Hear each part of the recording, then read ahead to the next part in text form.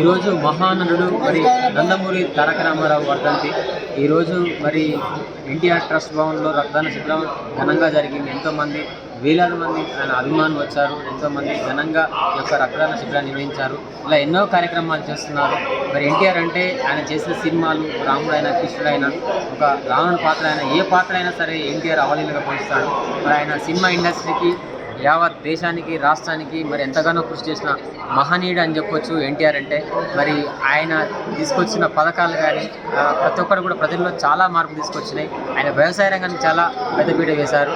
ఈరోజు అయితే వర్ధంతి సందర్భంగా చాలామంది ఎన్టీఆర్ అభిమానులు చాలా అటు ఆంధ్ర నుంచి ఇటు తెలంగాణ నుంచి రకరకాల విలేజ్ నుంచి వచ్చారు. మరి కార్యక్రమాన్ని మరి బాగా సక్సెస్ఫుల్గా చేశారు. వారిని ఎన్టీఆర్ గారితో ఉన్న అనుబంధం, వాళ్ళు ఎలా ట్రావెల్ అయ్యారు పార్టీలో కానీ అటు సినిమా ఇండస్ట్రీ గురించి ప్రతి ఒక్కరి వాళ్ళ అనుభవాలు మనం తెలుసుకున్నాం. వాళ్ళ అభిమానం వెళ్ళాం. అది ఎక్కడి నుంచి వచ్చారు? నా పేరు జలమన్ రవీందర్, టీడీపీ తెలంగాణ స్టేట్ కార్యదర్శిని, ఇబ్రహీంపట్నం, రంగారెడ్డి జిల్లా. ఇద్దరిది. ఎన్టీఆర్ గారితో మీకున్న అనుబంధం సార్? పార్టీ పెట్టినప్పటి సంది అప్పటికి మేము చాలా చిన్నవాళ్ళము. రామారావు సినిమాలు చూసి ఆ సినిమాలకు ఇన్స్పిరేషన్ అయ్యి రామారావు గారు ప్రజలకు ఏ విధంగా సేవ చేయాలి, సేవాభావ కార్యక్రమాలు ఎలా ఉంటాయని ఆ సినిమాలు చూసి రాముడు అంటే కృష్ణుడు అంటే ఎలా ఉంటాడో, దానవీర సూర్యకర్ణ లాంటి గొప్ప సినిమాలు చూసినాం. రామారావు గారికి అప్పటి నుండి అభిమానులుగా ఉండి రామారావు గారు పార్టీ పెట్టినప్పుడు మాకు చాలా చిన్నపిల్లలము. అదే స్ఫూర్తితో తెలుగుదేశం పార్టీ ఇప్పటికీ పేదవాడి కరిగిన కండల్లో నుంచి కర్షకుని ఆక్రోధల నుండి కష్టజీవుల కన్నీళ్ళ నుండి పుట్టిన తెలుగుదేశం అని చెప్పి ఆ రోజు రామారావు గారు ఈ పచ్చ కలర్ని తీసుకొచ్చి ప్రజల్లోకి సేవా కార్యక్రమాలు ఏ విధంగా ఉంటాయి, క్రమశిక్షణ అంటే ఏంది, ప్రజలలో సేవా విధానం అంటే ఏంది, పేదవాడికి 2 రూపాయల కిలో బియ్యం, ఆ రోజున క్రాంతి పథకాలు కానీ అనేకమైనటువంటి సంక్షేమ పథకాలు రామారావు గారు ఈ భారతదేశం తెలంగాణ ఆంధ్రప్రదేశ్ అంటే తెలంగాణ ఇలా కానీ ఆంధ్రప్రదేశ్ ఈ విధంగా ఉంటుందా అని రామారావు గారు చేసిన విధానానికి భారతదేశం ఇక్కడ ఒక కన్ను చూసే విధంగా గొప్ప నాయకత్వాన్ని సృష్టించినటువంటి మహానాయకుడు. పేదవాళ్ళ నుండి, బీసీల నుండి, బడుగు బలహీన వర్గాల నుండి నాయకత్వాన్ని వెలికి తీసిన మహానాయుడు. ఆయన యొక్క నాయకత్వమే ఈరోజు ఇంతింత కొట్టింతని ఈ రాష్ట్రం మొత్తం ఏ పార్టీలో చూసినా తెలుగుదేశం పార్టీకి సంబంధించిన వాళ్ళే. మొన్నటి వరకు ఉన్న కేసీఆర్ ఇక్కడ ఓనమాలు నేర్చుకొని పోయాడు. ఇప్పుడున్న రేవంత్ రెడ్డి ఇక్కడ ఓనమాలు నేర్చుకొని పోయాడు. కాబట్టి తెలుగుదేశం పార్టీ అనేది ఒక కర్మాగారం. నిరంతరం తెలంగాణలో 20 ఏళ్ల నుండి అధికారంలో లేకపోయినా ప్రజాసేవ కార్యక్రమాలను ఎక్కడ వదలకుండా ప్రజలకు కావాల్సిన ప్రభుత్వం మీద పోరాటాలు చేస్తూ పేద ప్రజల కోసం నిరంతరంగా పనిచేస్తున్నటువంటి పార్టీ. క్రమశిక్షణకు మారుపేరుగా చంద్రబాబు గారి నాయకత్వంలో ఈ రాష్ట్రం ముందుకు పోయింది. కాబట్టి రాబోయే తరాలలో కూడా ఈ తెలంగాణలో ఈ నాయకత్వం వస్తుంది. ప్రజలు కూడా నాయకత్వం అంటే ఏ విధంగా ఉంటుంది అనేది పేద ప్రజలు ఇంకా ఎదురు చూస్తున్నారు. కాబట్టి రామారావు గారి వర్ధంతి సందర్భంగా ఆయన బ్లడ్ క్యాంపులు కానీ, ట్రస్ట్ కానీ, వికలాంగులకు సంబంధించినవి కానీ మిగతా కార్యక్రమాలు అన్నీ ఈ ట్రస్ట్లో ఇంకా జరుగుతున్నాయంటే ఆయన యొక్క ఏ విధంగా ఆ రోజు ఏ అక్షరాలతో ఏ ముహూర్తాన ఈ పార్టీని నిర్మాణం చేసినో తెలుగుదేశం అని ఇప్పటికీ ప్రజల గుండెల్లో ఎక్కడుంది తెలుగుదేశం అంటే ప్రజల గుండెల్లో నిరంతరం వెలుగుతూనే ఉంటుంది. తెలుగుదేశం అనేది గుండెల్లో, ప్రజల గుండెల్లో ఉంటుంది. అంటే ఆయన తీసుకొచ్చిన సంక్షేమ పథకాలు ఇప్పటి వరకు ఏ రాజకీయ పార్టీ తీసుకురాలేదు, ఇలాంటి ముఖ్యమంత్రి తీసుకురాలేదు. దాని గురించి మీ అభిప్రాయం అంటే ఇప్పుడు అభివృద్ధి సాగుతుందని చెప్పి చాలామంది ఇప్పుడున్న ప్రజలు కానీ నిజంగా రాజకీయవేత్తగా అంటారు. అప్పుడు ఎలా ఉంది, మరి ఇప్పుడు ఎలా ఉంటుంది? రామారావు పేద ప్రజలకు సంబంధించినటువంటి సంక్షేమ కార్యక్రమాలు చేశారు. ఇప్పుడు ఉన్న వాళ్ళందరూ పై మెరుగులు, ఎవరికి అందు కూర్చొని మాటలు చెప్తున్నారు అంతేగాని నిజమైన పేదవాడికి అందే విధంగా వాళ్ళ దగ్గరికి చేరే విధంగా ఏ పథకాన్ని కూడా ముందుకు తీసుకురాలేదు. ఆనాడు ఎన్టీ రామారావు గారు పెట్టిన పథకాలు, సంక్షేమ పథకాలు రైతులకు కానీ, కార్మికులకు కానీ, ఆడపడుచులకు కానీ అనేకమైనటువంటి కార్యక్రమాలు. ఎన్ని కార్యక్రమాలు అయినా అన్ని కార్యక్రమాలు ప్రజల వద్దకు చేరే విధంగా ఉండే. అదేవిధంగా స్త్రీలకు పెద్దపీట వేసిన, స్త్రీలకు మంచి ఒక ముందుకు తీసుకెళ్ళారు. ఇప్పుడున్న ప్రభుత్వాలు ఎలా ఉన్నాయి, అప్పుడు ఎలా చేశారు? అప్పుడు రామారావు గారు ఆస్తి హక్కులు మహిళలకు అవకాశాలు మొట్టమొదట కల్పించిందంటే రామారావు గారు వచ్చిన తర్వాతనే మహిళా హక్కు చట్టాన్ని తీసుకొచ్చి ఆ హక్కుని మహిళలకు కల్పిస్తూ రిజర్వేషన్లో కూడా మహిళలు ముందు భాగంలో ఉండాలని చెప్పి ముందుకు తీసుకొచ్చింది తెలుగుదేశం ప్రభుత్వమే. ఆనాటి ఎన్టీ రామారావు గారి ఆలోచన మేరకే మహిళలకు రాజకీయాలలో పెద్ద పాత్ర పోషించే విధంగా అవకాశాలు వచ్చినాయి. అదేవిధంగా చంద్రబాబు నాయుడు సభాపతిని వేసిండు, మహిళలకు వేగమైన అవకాశాలు ఇచ్చిండు.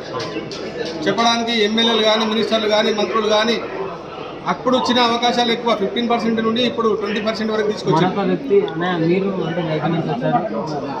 మీరు చెప్పండి సార్. మీరు మీకున్న అనుబంధం ఎలాంటి? ఎన్టీ రామారావు గారు కరువు రాయలసీమ కరువు బాధితుల కాడి నుంచి నాకు ఎన్టీ రామారావుతో పరిచయం ఉంది. అప్పుడు ఆయన వెంబడి కూడా తిరిగాను. నేను ఎన్టీ రామారావు గారితో చాలాసార్లు తిరిగాను. ఇవాళ ఎన్టీ రామారావు గారు తెలుగుదేశం పార్టీ పెట్టాడు అంటే అది ప్రజల హృదయాల్లో ఈనాటికి నిలిచింది. ఇవాళ 28వ వర్ధంతి సందర్భంగా ఎన్టీ రామారావు గారిని ఆంధ్రప్రదేశ్లో ఉన్న ప్రతి ఒక్కరూ తలుచుకుంటారు.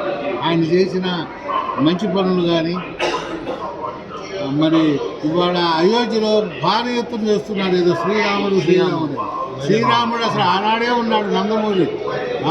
నందమూరి తారక రామారావు గారు సీతారామ కళ్యాణం సినిమా తీసి ప్రజల హృదయాల్లో నిలిచాడు.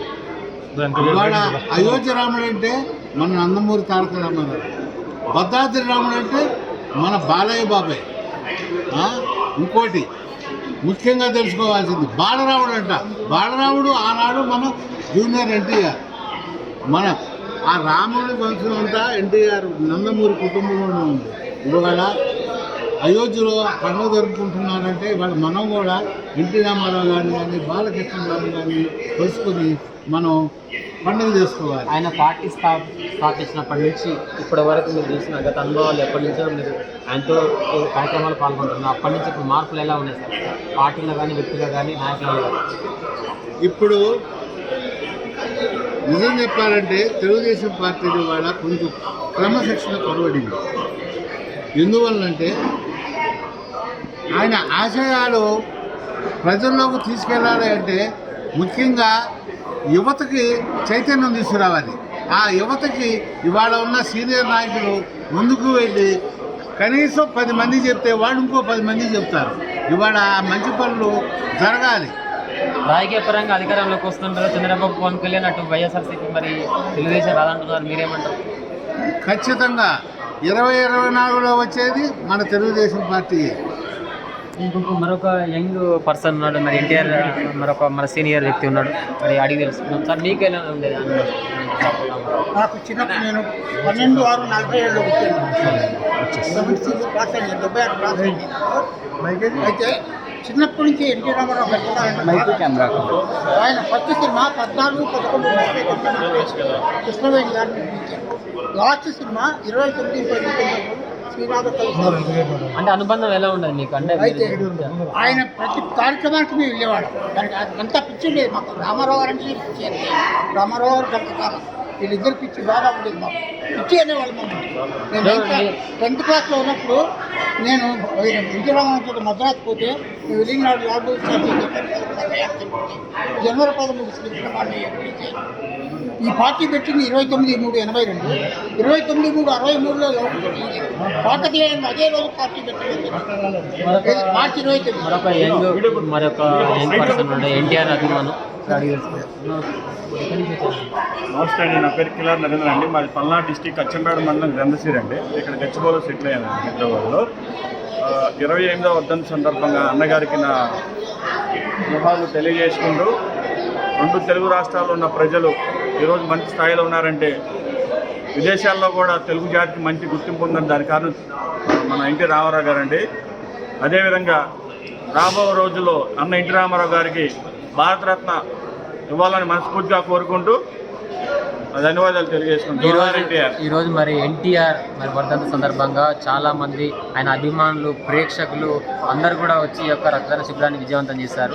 ఇది ఇవాళ నందమూరి రామారావు స్పెషల్.